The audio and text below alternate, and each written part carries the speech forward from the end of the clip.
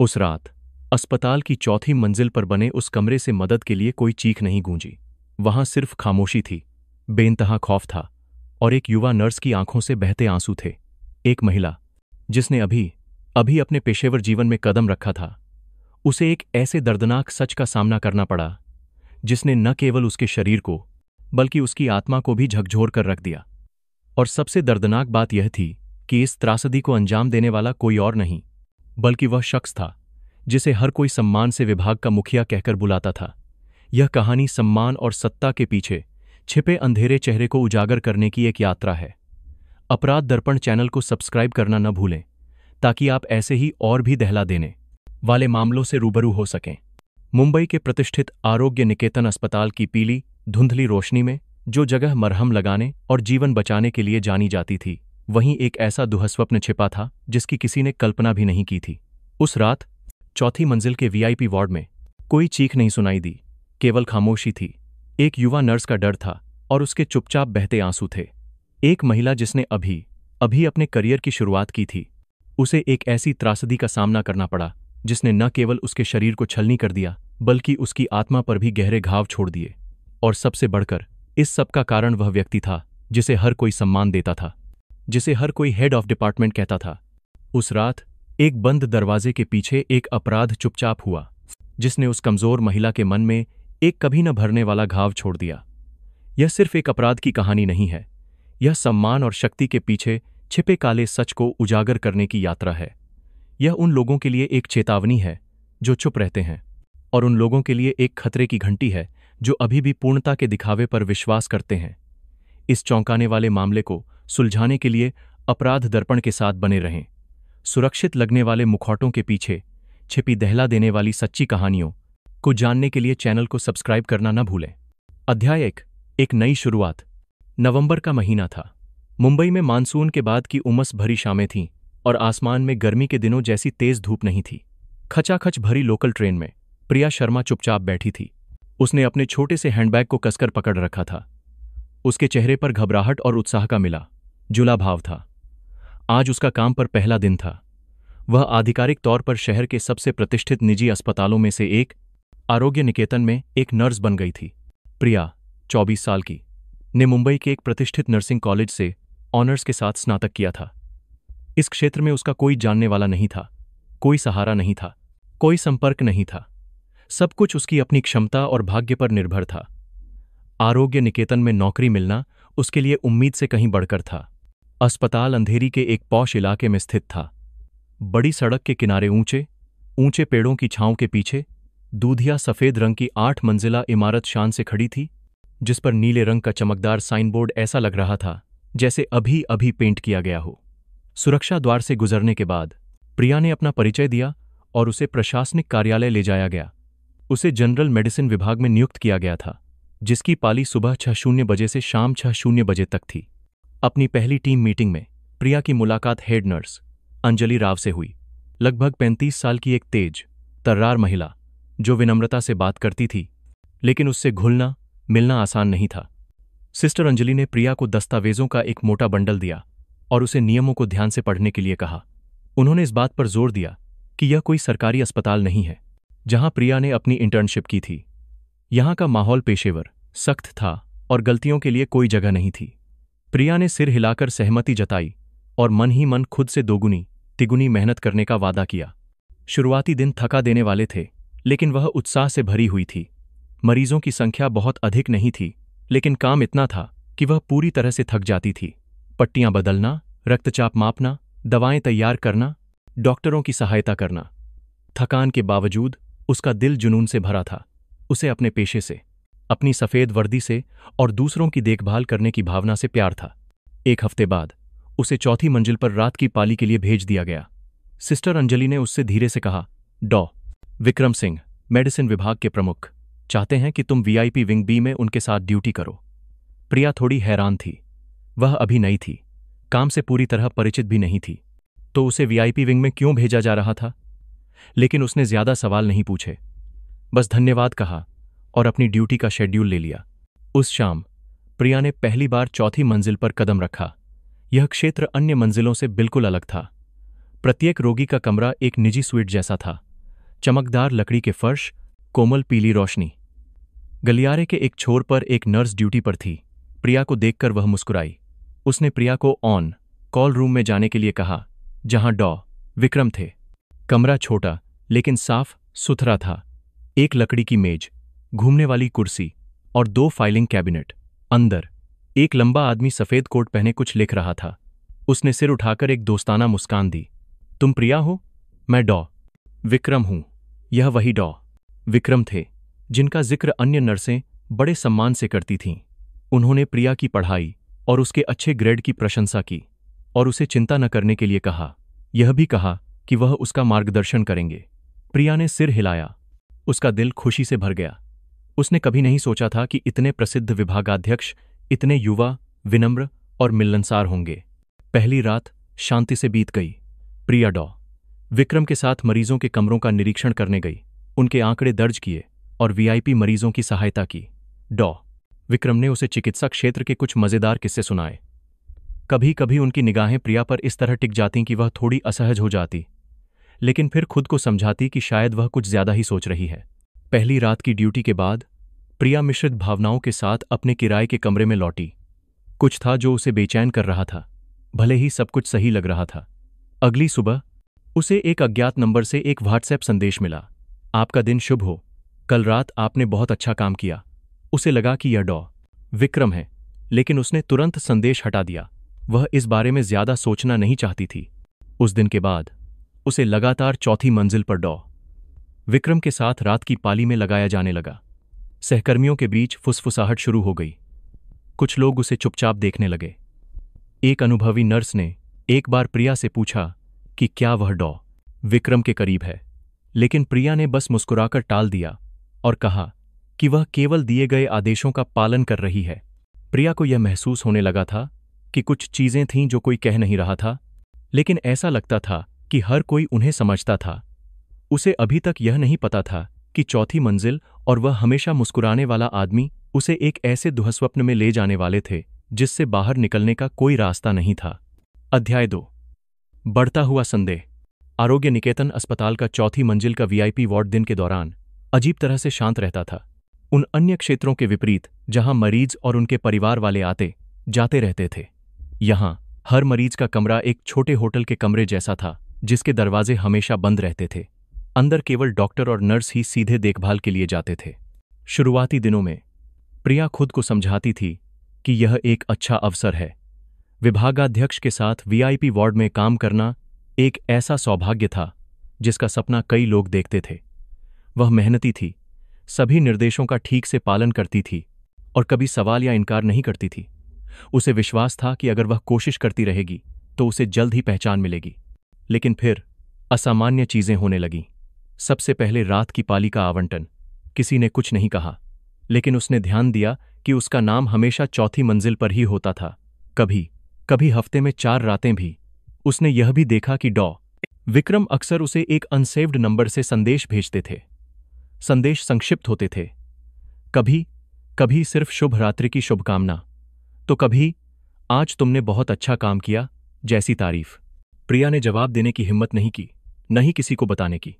वह उन सभी संदेशों को हटा देती, लेकिन उसके मन में एक अजीब सी भावना पैदा होने लगी थी। एक बार जब वह दवा लेने के लिए स्टोर रूम में गई तो उसने देखा कि छत के कोने में लगे कैमरे को कागज के एक छोटे से टुकड़े से ढक दिया गया था। वह इतनी सफाई से चिपकाया गया था कि अगर कोई ध्यान न दे तो पता भी नहीं चलता। उसने सुरक्षा गार्ड से पूछा, लेकिन उसे एक टैलमटोल वाला जवाब मिला, शायद मरम्मत चल रही है। प्रिया को तसल्ली नहीं हुई। सिर्फ चौथी मंजिल का कैमरा ही क्यों ढका हुआ था, और वह भी ठीक उसी दिन जब उसकी ड्यूटी थी। उसे डर लगने लगा। एक और दिन प्रिया ने गलती से एक मरीज की फाइल में एक अजीब रिकॉर्ड देखा। एक महिला मरीज की हृदय गति सुबह 3:00 बजे असामान्य रूप से गिर गई थी, लेकिन किसी ने भी इसकी पुष्टि पर हस्ताक्षर नहीं किए थे। जब उसने ड्यूटी रोस्टर की जांच की तो उसने देखा कि वह रात उसकी पाली थी, लेकिन उसे स्पष्ट रूप से याद था कि उस दिन उसे एक आंतरिक सेमिनार में भाग लेने के लिए छुट्टी दी गई थी। पाली के चार्ट पर उसका नाम क्यों था? यह गड़बड़ी क्यों थी? प्रिया जितना सोचती उतना ही उलझती जाती। सब कुछ ऐसा लग रहा था जैसे पहले से तय किया गया हो। उस रात उसने सपना देखा कि वह एक अंधेरे कमरे में बंद है। कोई उसके पीछे दरवाज़ा बंद कर देता है और उसके करीब आता है। एक ठंडा हाथ उसकी वर्दी खींचता है। उसके कानों में एक भयानक हौंसी गूंजती है। वह रात के बीच में जाग गई, पसीने से लथपथ। उसका दिल जोर जोर से धड़क रहा था। सपने की छवियों ने उसे डरा दिया, लेकिन साथ ही उन्होंने उसे यह सवाल करने पर भी मजबूर कर दिया, क्या यह सिर्फ एक सपना था या कुछ होने वाली अनहोनी की चेतावनी? उस दिन के बाद प्रिया और अधिक सतर्क हो गई, लेकिन वह पाली से इनकार नहीं कर सकती थी। एक दिन डॉ विक्रम ने उसे स्थायी रूप से चौथी मंजिल पर स्थानांतरित करने का सुझाव दिया। उन्होंने कहा कि नीचे की मंजिलों पर बहुत भीड़ होती है और उसके लिए काम करना मुश्किल होता है, और उनके साथ काम करने से उसे पदोन्नति में आसानी होगी। प्रिया झिझकी। उसने कहा कि उसके पास अभी ज्यादा अनुभव नहीं है, लेकिन डॉ विक्रम बस मुस्कुरा दिए और धीरे से कहा, मुझ पर विश्वास करो, मैं तुम्हें सिखाऊंगा। आस पास के सहकर्मियों का प्रिया के प्रति रवैया बदलने लगा। वे उसे अजीब नजरों से देखते, कुछ फुसफुसाते, लेकिन जब प्रिया पास आती तो चुप हो जाते। सिस्टर अंजलि, अनुभवी नर्स, एक बार दोपहर के भोजन के अवकाश के दौरान प्रिया के पास आईं और धीरे से कहा, यहां जो कुछ भी तुम देखती हो उस पर विश्वास मत करना। सबसे खूबसूरत चीजें कभी कभी सबसे खतरनाक होती हैं। प्रिया और जानना चाहती थी, लेकिन सिस्टर अंजलि ने बस अपने होंठ सिकोड़े और चली गईं। सबकी चुप्पी ने प्रिया को और भी भ्रमित कर दिया। उसे लगा जैसे उसे एक शांत जगह में अलग थलग कर दिया गया है, जहां कोई कुछ नहीं कहता, लेकिन ऐसा लगता है कि हर कोई कुछ ऐसा जानता है जो वह नहीं जानती। अध्याय 3, दुःस्वप्न की रात। जैसे जैसे दिन बीतते गए, संकेत और भी स्पष्ट होते गए। उसे एहसास हुआ कि कुछ पालियों के लिए फाइलें पहले से ही तैयार की जाती थीं। एक बार डॉ विक्रम ने उसे एक वीआईपी मरीज को कमरा नंबर 502 में स्थानांतरित करने के लिए कहा, जबकि वह कमरा लंबे समय से खाली था। प्रिया झिझकी, लेकिन उसने बस मुस्कुराकर कहा कि यह एक आंतरिक मामला है और उसे चिंता करने की जरूरत नहीं है। उस शाम एक अन्य नर्स ने उसे बताया कि डॉ विक्रम फाइलों की तैयारी में मदद के लिए उसे कमरा नंबर 502 में बुला रहे हैं। जब प्रिया वहां पहुंची तो कमरे का दरवाजा थोड़ा खुला था। नाइट लैंप की धुंधली रोशनी बाहर आ रही थी। मेज पर संतरे के जूस का एक गिलास और एक खुली फाइल रखी थी। प्रिया ने धीरे से पुकारा, सर, मैं प्रिया हूं। आपने मुझे बुलाया था, लेकिन किसी ने जवाब नहीं दिया। वह अंदर चली गई। उसके पीछे दरवाजा धीरे से बंद हो गया और एक क्लिक की आवाज के साथ लॉक हो गया। प्रिया घबराकर पीछे मुड़ी तो देखा कि डॉ विक्रम उसके पीछे खड़े हैं। उनकी आंखें गहरी हो गई थीं और उनकी आवाज फुसफुसाहट भरी थी। तुम आ गई? बहुत अच्छा। प्रिया सहज रूप से पीछे हटी। उसके अंदर एक गहरी बेचैनी फैल गई, लेकिन वह कुछ और नहीं कर सकी। डॉ विक्रम ने उसे जूस पीने और फिर काम पर चर्चा करने के लिए कहा। उनकी आंखें अभी भी कोमल थीं, लेकिन उनके पीछे कुछ ठंडा था। प्रिया ने मना करने की हिम्मत नहीं की। उसे डर था कि इसे अशिष्टता माना जाएगा। उसने एक छोटा घूंट लिया और गिलास मेज पर रख दिया। कमरे का माहौल अजीब तरह से घुटन भरा हो गया। प्रिया को लगा कि उसका पूरा शरीर धीरे धीरे ढीला पड़ रहा है। उसका दिल तेजी से धड़क रहा था और उसकी दृष्टि धुंधलाने लगी थी। इससे पहले कि वह समझ पाती कि क्या हो रहा है, डॉ विक्रम उसके करीब आ गए। उनका हाथ उसके कंधे पर था। उनकी आंखें बदल गईं, ठंडी और क्रूर। प्रिया ने संघर्ष करने की कोशिश की, लेकिन उसके शरीर ने उसका साथ नहीं दिया। वह हकलाकर बोली, मैं समझी नहीं सर। डॉ विक्रम उसके कान के पास झुके और फुसफुसाए, तुम बहुत अच्छी हो, तुम्हें यहां के नियम समझने चाहिए। प्रिया भागना चाहती थी, चीखना चाहती थी, लेकिन उसका गला रूंध गया। उसके हाथ ने उसे कसकर पकड़ लिया और उसे बिस्तर पर धकेल दिया। उसे लगा कि उसके शरीर का उल्लंघन किया जा रहा है और वह पूरी तरह से असहाय है। उसका सिर घूम रहा था। उसे बस एक हल्की हंसी और उसके कान के पास एक ठंडी झिपकी आवाज सुनाई दी, चुपचाप रहो, विरोध मत करो।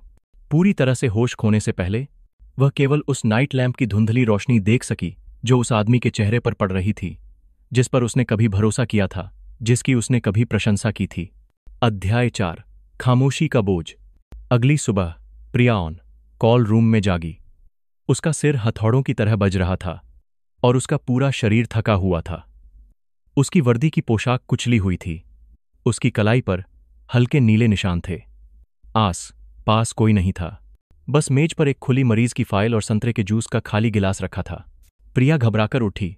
पिछली रात की बिखरी हुई यादों को याद करने की कोशिश कर रही थी। उसके शरीर का बलात्कार किया गया था।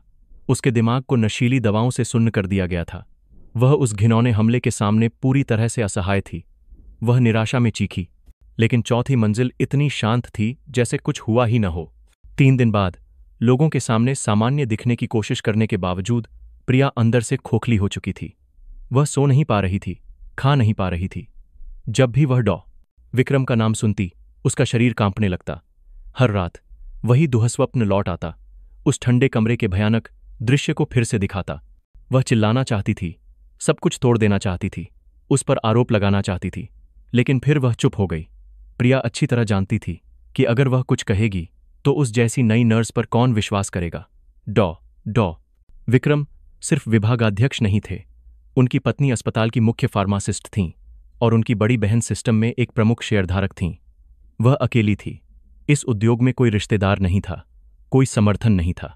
वह दिन भर अपने किराए के कमरे में घुटने मोड़कर बैठी रहती, केवल जरूरत पड़ने पर नूडल्स खरीदने के लिए बाहर निकलती। सिस्टर अंजलि ने उसे संदेश भेजकर पूछा कि वह 3 दिन की छुट्टी पर क्यों है और क्या वह ठीक है, लेकिन प्रिया ने बस संदेश पढ़ा और कोई जवाब नहीं दिया।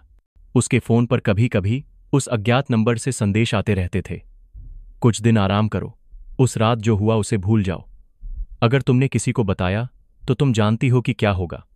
संदेश छोटे लेकिन ठंडे थे। प्रिया कांपते हाथों से उन्हें हटा देती, लेकिन वह उस वहशत को नहीं मिटा सकती थी जो उसके दिमाग को खाए जा रही थी। एक दोपहर प्रिया ने अपने नर्सिंग कॉलेज के पुराने शिक्षक डॉ आलोक गुप्ता के निजी क्लिनिक जाने का फैसला किया। वह एक दयालु शिक्षक थे जो हमेशा अपने छात्रों की रक्षा करते थे। उसने नींद न आने की शिकायत के साथ सामान्य जांच के लिए जाने का नाटक किया। उम्मीद थी कि वह सर से मिलकर थोड़ी हिम्मत जुटा पाएगी। प्रतीक्षालय में बैठे हुए उसने अचानक एक युवा लड़की को नर्स की वर्दी में देखा, जिसके बाल कंधे तक कटे हुए थे। वह कमरे के कोने में चुपचाप रो रही थी। जब कोई पास आता तो वह लड़की अपना चेहरा घुमा लेती। प्रिया स्तब्ध रह गई। उसे लगा जैसे वह आईने में खुद को देख रही है। उस शाम अपने कमरे में लौटकर प्रिया ने अपना लैपटॉप खोला, गूगल पर गई और टाइप किया, अगर बॉस बलात्कार करे तो क्या करें। दर्जनों लेख सामने आए जो शुष्क जटिल कानूनी धाराओं से भरे थे, लेकिन फिर वह एक पूर्व नर्स के व्यक्तिगत ब्लॉग पर एक लेख पर रुक गई। शीर्षक था, मैंने 10 साल तक चुप्पी साधे रखी और पूरी जिंदगी इसकी कीमत चुकाई। उसने बिना पलक झपकाए पढ़ा। हर शब्द उसके सबसे गहरे घाव को छू रहा था। लेख में महिला का भी विभागाध्यक्ष डॉक्टर ने बलात्कार किया था। वह भी डरी हुई थी, चुप रही थी और सबूतों के अभाव में चिकित्सा उद्योग से बाहर कर दी गई थी। उसने अवसाद में 10 साल बिताए थे, समाज में घुल मिल नहीं पाई थी और कभी अस्पताल नहीं लौटी।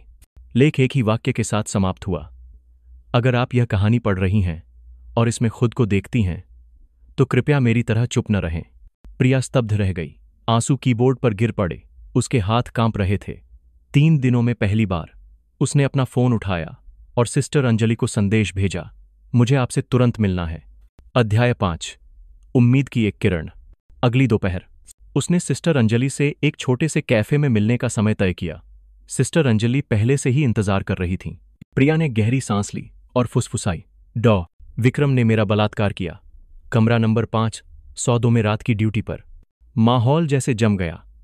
सिस्टर अंजलि बहुत देर तक चुप रहीं, फिर धीरे से प्रिया का हाथ पकड़ लिया और उसे कसकर दबाया।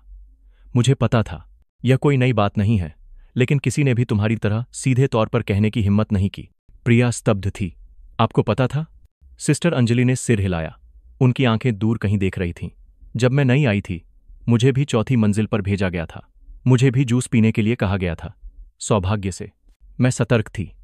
तब से मैंने हमेशा चौथी मंजिल पर रात की पाली से इनकार किया है, लेकिन इसी वजह से मुझे कभी पदोन्नति भी नहीं मिली। तो फिर किसी ने शिकायत क्यों नहीं की? सिस्टर अंजलि ने कड़वाहट से कहा। जिन लोगों ने बोलने की कोशिश की, उन्हें या तो दूसरे अस्पताल में स्थानांतरित कर दिया गया या नौकरी छोड़ने के लिए मजबूर किया गया। किसी के पास कोई सबूत नहीं था। वह बहुत चालाक है, कोई निशान नहीं छोड़ता, कोई सीधी धमकी नहीं देता, और सबसे महत्वपूर्ण बात यह है कि हर कोई डरता है। प्रिया ने सिर झुका लिया, आंसू बह रहे थे। मैं ऐसे नहीं जी सकती। सिस्टर अंजलि ने कुछ देर सोचा और फिर धीरे से कहा, एक व्यक्ति है जो तुम्हारी मदद कर सकता है, डॉ आलोक गुप्ता, शहर की मेडिकल काउंसिल में एक वरिष्ठ निरीक्षक। वह मेरे भी पुराने शिक्षक हैं। उन्होंने एक बार एक नर्स की मदद की थी। वह ईमानदार हैं और उनकी बात सुनी जाती है। प्रिया को याद आया, उसने कुछ महीने पहले एक निरीक्षण दल में डॉ गुप्ता को अस्पताल में देखा था। वह एकमात्र व्यक्ति थे जिन्होंने कभी छात्रों के साथ दुर्व्यवहार होने पर उनका बचाव करने की हिम्मत की थी। उस शाम प्रिया ने हाथ से एक पत्र लिखा। उसकी लिखावट कांप रही थी, लेकिन हर पंक्ति स्पष्ट थी। उसने पूरी घटना का वर्णन किया। चौथी मंजिल पर उसकी नियुक्ति से लेकर सूक्ष्म दुर्व्यवहार, कमरा 502 में भयानक रात और उसके बाद के दुःस्वप्न तक। उसने अपना नाम नहीं लिखा, बस लिखा, एक पीड़िता जिसे मदद की जरूरत है। अगली सुबह प्रिया अस्पताल के गेट पर डॉ. गुप्ता का इंतजार करने लगी। जैसे ही वह अपनी कार से बाहर निकले, उसने एक सामान्य मरीज की तरह जल्दी से सिर झुकाकर नमस्ते किया और चुपचाप पत्र उनके हाथ में पकड़ी फाइलों के ढेर में डाल दिया। डॉ. गुप्ता थोड़ा चौंके, लेकिन कुछ नहीं कहा, बस सिर हिलाया। 1 घंटे बाद जब वह दवा के कमरे में थी, इंटरकॉम बजा। एक गहरी, गर्म आवाज आई। क्या तुम प्रिया शर्मा हो? मैं गुप्ता बोल रहा हूं। मैं तुमसे अकेले में मिलना चाहता हूं, जितनी जल्दी हो सके। क्या तुम 6ठी मंजिल के गेस्ट रूम में आ सकती हो? प्रिया ने फोन पकड़ा। उसके हाथ ठंडे पड़ गए। वह जानती थी कि यह उसके बचाव का एकमात्र मौका है। जी सर, मैं अभी आती हूं। अध्याय 6, सच्चाई की खोज। 6ठी मंजिल का गेस्ट रूम एक शांत गलियारे के पीछे छिपा था। डॉ. गुप्ता ने प्रिया की पूरी कहानी सुनी, बिना एक भी शब्द बीच में बोले। जब उसने समाप्त किया तो उन्होंने बस और पानी डाला और कहा, तुमने बहुत अच्छा किया, तुम बहुत बहादुर हो, लेकिन इस मामले को आगे बढ़ाने के लिए मुझे सबूत चाहिए। मैं सिर्फ एक तरफ की कहानी पर भरोसा नहीं कर सकता, भले ही मैं तुम पर विश्वास करता हूं। प्रिया ने सिर हिलाया। उसकी आवाज घेर गई। मैं समझती हूं सर, मेरे पास कुछ है, लेकिन मुझे यकीन नहीं है कि यह पर्याप्त है। उस दिन जब मैं अपने कमरे में लौटी तो मैंने अपनी वर्दी की आस्तीन पर खून का एक सूखा धब्बा देखा। मैंने वह वर्दी बिना धोए रखी है। मेरे पास वह कांच का गिलास भी है जिसे मैं चुपके से कमरा 502 से ले आई थी। डॉ. गुप्ता की आंखों में चमक आ गई। यह बहुत अच्छा है। ये ऐसी चीजें हैं जिनका फोरेंसिक परीक्षण किया जा सकता है, लेकिन मुझे और भी कुछ चाहिए। तुम्हारे बयान को रिकॉर्ड करना होगा। प्रिया ने इस बार अधिक सुसंगत रूप से अपनी कहानी फिर से बताई।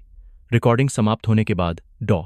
गुप्ता ने कहा, अब से यह बात सिर्फ 3 लोगों को पता होगी, तुम, सिस्टर अंजलि और मैं। तुम्हें किसी और को नहीं बताना चाहिए, क्योंकि अगर उसे पता चल गया तो वह सारे सबूत मिटा देगा। लेकिन ठोस सबूत के लिए मुझे 4थी मंजिल के कैमरा सिस्टम तक पहुंचना होगा। भले ही उसने गलियारे के कैमरे बंद कर दिए हों, लेकिन इस अस्पताल में एक बैकअप सिस्टम है और मैं जानता हूं कि उस तक कौन पहुंच सकता है। मुख्य तकनीशियन राकेश।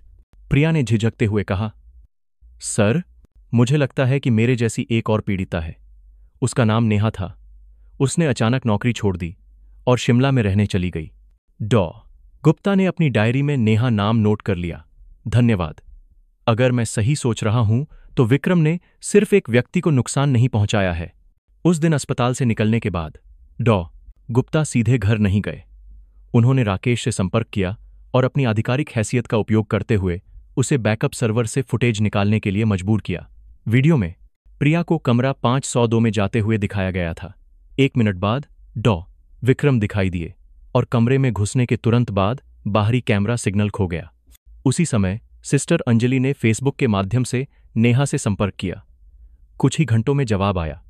वह मिलने के लिए तैयार हो गई है। उसने कहा कि वह अब और चुप नहीं रहना चाहती। 1 हफ्ते बाद डॉ. गुप्ता और सिस्टर अंजलि शिमला में थे। नेहा, अब एक शादीशुदा महिला, ने उन्हें अपनी आपबीती सुनाई, जो प्रिया की कहानी से भयावह रूप से मिलती जुलती थी। और सबसे महत्वपूर्ण बात, उसने वह पुराना फोन निकाला जिसमें विक्रम के धमकी भरे दर्जनों संदेश थे। अध्याय 7, न्याय की लड़ाई। मुंबई लौटने के बाद डॉ. गुप्ता ने सभी सबूतों को इकट्ठा किया। प्रिया का रिकॉर्ड किया गया बयान, नेहा के संदेश, प्रिया की खून और वीर्य के धब्बों वाली वर्दी, संतरे के जूस वाला गिलास और बैकअप सीसीटीवी फुटेज। उन्होंने पुलिस और महिला सुरक्षा सेल से संपर्क किया और एक औपचारिक शिकायत दर्ज की। उस दिन प्रिया को एक पुलिस अधिकारी, इंस्पेक्टर रवि कुमार के सामने अपना आधिकारिक बयान दर्ज करने के लिए बुलाया गया। उसने पूरी सच्चाई बयान की। उसी शाम जब वह अपने कमरे में लौटी तो प्रिया को उसी परिचित अज्ञात नंबर से एक संदेश मिला, तुम बहुत अच्छी लड़की हो, लेकिन याद रखना, तुम जीत नहीं सकती। अगर तुम सब कुछ खोना नहीं चाहती तो बहुत देर होने से पहले अपनी शिकायत वापस ले लो। अगला संदेश उसके नासिक में स्थित घर के गेट की एक तस्वीर थी जिसके साथ लिखा था, कितना शांतिपूर्ण है ना? प्रिया का दिल तेजी से धड़कने लगा। उसने रोते हुए सिस्टर अंजलि को फोन किया। आधे घंटे के भीतर डॉ गुप्ता और सिस्टर अंजलि उसके कमरे में थे। डॉ गुप्ता ने उसे आश्वासन दिया, यह वह चीज है जिसकी हमने उम्मीद की थी। वह तुम्हें और तुम्हारे परिवार को धमकी देगा, लेकिन तुम अकेली नहीं हो। कल से मैं पुलिस से गवाह सुरक्षा की मांग करूंगा। अगली सुबह पुलिस और मेडिकल काउंसिल के निरीक्षकों की एक टीम ने आरोग्य निकेतन अस्पताल पर छापा मारा। उन्होंने चौथी मंजिल के कार्यालय को सील कर दिया, रिकॉर्ड जब्त कर लिए और डॉ विक्रम सिंह को पूछताछ के लिए हिरासत में ले लिया। पूछताछ कक्ष में विक्रम शुरू में अहंकारी बना रहा। उसने सब कुछ नकार दिया, प्रिया पर ही उसे फंसाने का आरोप लगाया। लेकिन जब इंस्पेक्टर कुमार ने उसके सामने डीएनए रिपोर्ट रखी, जो प्रिया की वर्दी पर मिले वीर्य के नमूनों से मेल खाती थी, तो उसका चेहरा पीला पड़ गया। वह टूट गया। अध्याय 8, एक नया सवेरा। ट्रायल शहर में एक सनसनी बन गया। प्रिया और नेहा ने बहादुरी से गवाही दी। विक्रम का बचाव बिखर गया। 1 महीने की सुनवाई के बाद अदालत ने फैसला सुनाया। ट्रॉन्ग क्वांग मिन यानी विक्रम सिंह को संगठित बलात्कार, अधिकार का दुरुपयोग और गवाहों को धमकाने का दोषी पाया गया। अदालत ने उसे 20 साल की कैद की सजा सुनाई, स्थायी रूप से उसका मेडिकल लाइसेंस रद्द कर दिया और उसे पीड़ितों को मुआवजा देने और सार्वजनिक रूप से माफी मांगने का आदेश दिया। फैसले के बाद प्रिया ने आरोग्य निकेतन अस्पताल से इस्तीफा दे दिया। वह अपने गृहनगर नासिक लौट आई, अपनी मां के साथ समय बिताया और धीरे धीरे अपने घावों को भरने दिया।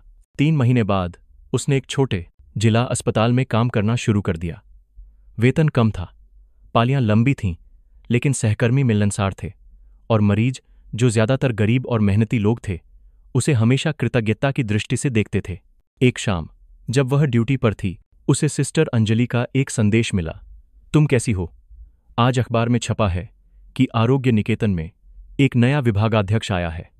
उन्होंने कर्मचारियों के लिए एक मनोवैज्ञानिक परामर्श सेल भी स्थापित किया है। तुम्हारी वजह से चीजें बदल रही हैं। प्रिया धीरे से मुस्कुराई। उसने फोन अपनी जेब में रख लिया और अपने काम में लग गई। उस रात बारिश हो रही थी। वह ड्यूटी डेस्क पर बैठी रिकॉर्ड लिख रही थी। खिड़की के बाहर बारिश की टिप टिप सुन रही थी। कभी कभी पुरानी यादें वापस आ जातीं, लेकिन अब वे उसे डराती नहीं थीं। उसने अपनी डेस्क पर एक छोटा सा नोट चिपकाया, जिसे उसने खुद लिखा था, अंधेरे से मत डरो, अंधेरे में ही हम अपना प्रकाश देख पाते हैं। उसने खिड़की से बाहर देखा। बारिश अभी भी हो रही थी, लेकिन उसके दिल में आसमान धीरे धीरे साफ हो रहा था। प्रिया शर्मा की कहानी एक गहरी याद दिलाती है कि अन्याय के सामने कभी चुप नहीं रहना चाहिए, चाहे बुराई कितनी भी शक्तिशाली क्यों न हो। चुप्पी अपराध में मौन सहमति है। प्रिया ने न केवल अपनी रक्षा के लिए, बल्कि उन सभी के लिए आवाज उठाई जो चुप थे। यदि आप इस कहानी से सहानुभूति रखते हैं, तो इसे साझा करें ताकि सच्चाई की ताकत फैल सके। न्याय के लिए आवाज उठाने में हमारा साथ दें और कमजोरों की रक्षा करने और एक निष्पक्ष, मानवीय समाज के लिए मिलकर काम करने की हमारी यात्रा में शामिल होने के लिए अपराध दर्पण को सब्सक्राइब करना न भूलें।